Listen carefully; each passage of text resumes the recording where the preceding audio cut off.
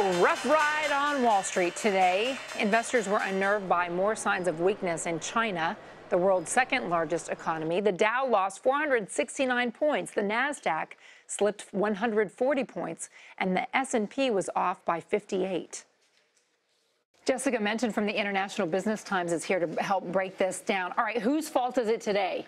China again. China is guilty, and it's been China for the last 3 weeks now. First, 3 weeks ago when they devalued their currency. Then a week after that, we saw their factory numbers come in worse than expected. And basically, this factory number was a final reading that we got overnight from China, and this is what sparked this global sell-off that we saw today.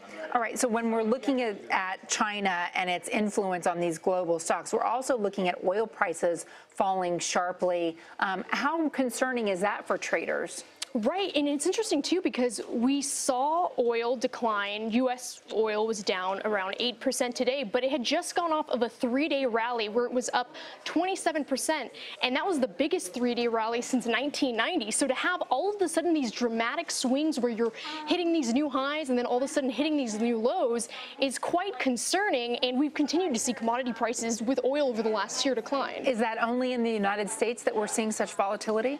No, it's not, because we're also seeing global oil prices see this volatility like we've seen in the last 12 months. And then we also saw European stocks close sharply lower. They were all down around 4% because of what led us today with China.